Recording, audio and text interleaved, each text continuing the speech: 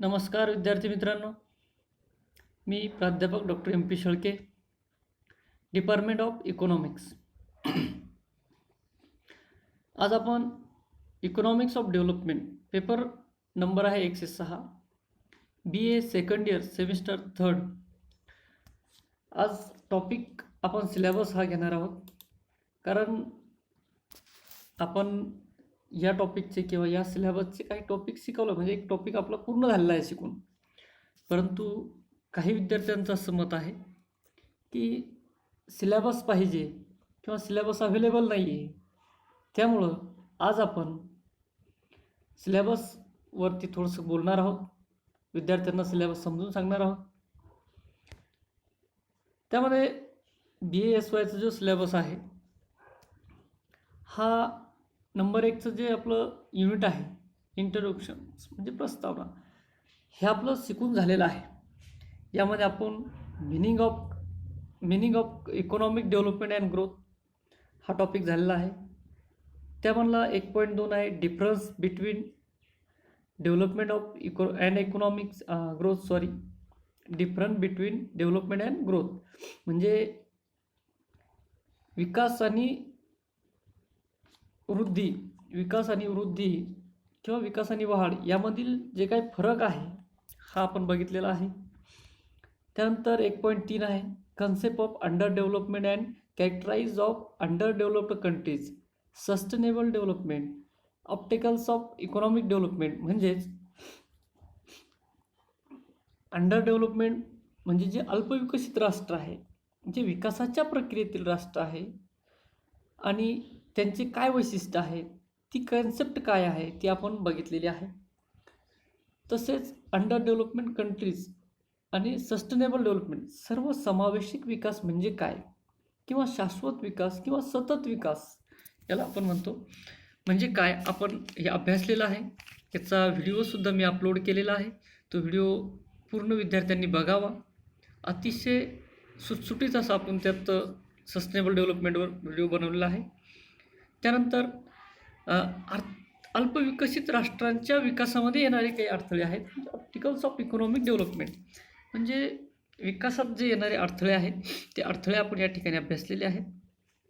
त्याचाही व्हिडिओ आपण अपलोड केलेला आहे. त्यानंतर येतं युनिट सेकंड.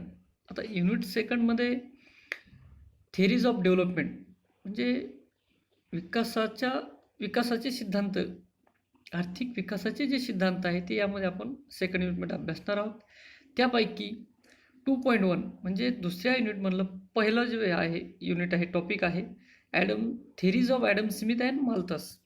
ह्या दोनही थेरीज आपण अभ्यासलेल्या आहेत. दोनही थेरीजचे व्हिडिओज मी अपलोड केलेले आहेत. त्यानंतर 2.2 म्हणजे त्यामधला सेकंड युनिटला मधला दुसरा जो घटक आहे तो आहे Karl Marx theory of economic development म्हणजे आर्थिक विकासाचा सिद्धांत, कार्ल मार्क्स यांचे आर्थिक विकासाचा सिद्धांत हा आपण आता नेक्स्ट अभ्यासणार आहोत. त्यानंतर आहे 2.3 शुम्पिटर्स थेरी ऑफ इकॉनॉमिक डेव्हलपमेंट, आर्थिक विकासाबद्दल शुम्पिटर यांची थेरी तीही आपण अभ्यासणार आहोत. त्यानंतर युनिट 3 येतं आहे, युनिट 3 किंवा प्रकरण 3 आपण म्हणू त्याला फॅक्टर्स इन डेव्हलपमेंट प्रोसेस. आता डेव्हलपमेंट प्रोसेस आहे त्यामध्ये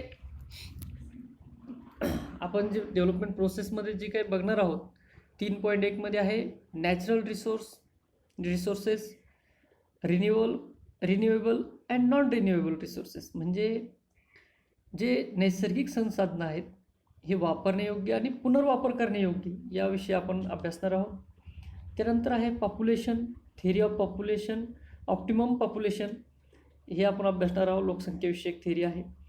त्यानंतर नंबर 3.3चा आहे सेव्हिंग अँड इन्व्हेस्टमेंट, बचत आणि गुंतवणूक, कॅपिटल अक्युम्युलेशन, भांडवल संचय, capital output ratio, choice of technique म्हणजे तंत्रज्ञान कसं आहे, चॉईस ऑफ टेक्निक कशी असायला पाहिजे याविषयी आपण अभ्यासणार आहोत.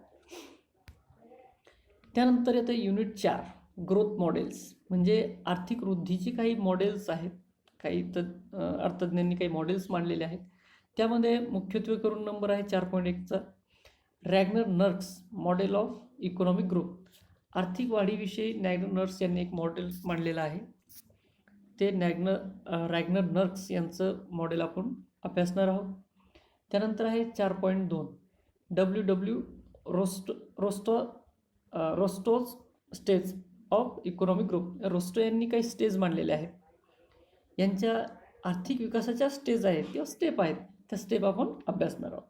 त्यानंतर आहे 4.3 रोजेस्टिन रोडास थेरी ऑफ बिग पुश.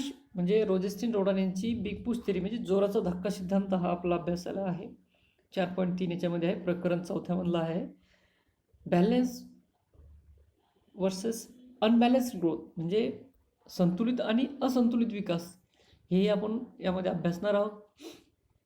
त्यानंतरचं आपलं युनिट 5 आणि शेवटचं युनिट आहे. एकूण 5 युनिट आपल्या अभ्यासाला आहे, त्यापैकी आपण 5 युनिट बघू. Sectoral view of economic development.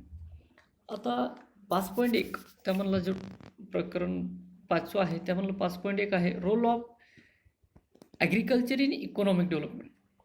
आता कृषी क्षेत्राचा आर्थिक विकासामध्ये काय रोल आहे हे आपण यामध्ये अभ्यासणार आहोत. त्यानंतरचं आहे 5.2 role of industrialisation of economic development. म्हणजे आर्थिक विकासामध्ये उद्योगाचे रोल काय आहेत किंवा इंडस्ट्रियल एरिया उद्योग व्यवसायांचा रोल काय आहे हेही यामध्ये आपण अभ्यासणार आहोत. त्यानंतर आहे 5.3 role of service sector in economics development. म्हणजे सेवा क्षेत्राचा आर्थिक विकासामधील असलेला संबंध काय आहे तो आपण अभ्यासणार आहोत. त्यानंतर आहे role of nanotechnology and in agriculture development. आता नॅनो टेक्नॉलॉजी ही एक नवीन संकल्पना उदयाला आलेली आहे. नॅनो टेक्नॉलॉजीविषयी आपण सविस्तर अभ्यासणार आहोत आणि ॲग्रिकल्चर सेक्टरमध्ये कृषी क्षेत्रामध्ये या नॅनो टेक्नॉलॉजीचा काय वाटा आहे किंवा काय संबंध आहे, काय रोल आहे ते आपण 5व्या चॅप्टरमध्ये अभ्यासणार आहोत. अशा प्रकारे आपला BA सेकंड इयरला पेपर क्रमांक 106चे एकूण 5 चॅप्टर अभ्यासासाठी आहे. त्यापैकी युनिट फर्स्ट पहिलं प्रकरण आपण पूर्णतः आपलं शिकून झालेलं आहे. सेकंड प्रकरण आपण शिकवत आहोत तर त्यानंतर बेसिक रीडिंग लिस्ट आहे खाली दिलेली, ते तुम्ही वाचून घ्या. बुक्स आहेत, काही रेफरन्स बुक आहेत, टेक्स्ट बुक आहेत, ते तुम्ही वाचा आणि त्यानुसार अभ्यास करा. आणि काही अडीअडचणी आल्या तर आपण यावर चर्चा करणार आहोत. तर आज आपण सिलेबस याविषयी सविस्तर माहिती सांगितली. हा सिलेबस तुम्हाला सर्वांना समजला असेल असं मी ग्राह्य धरतो आणि थांबतो. धन्यवाद.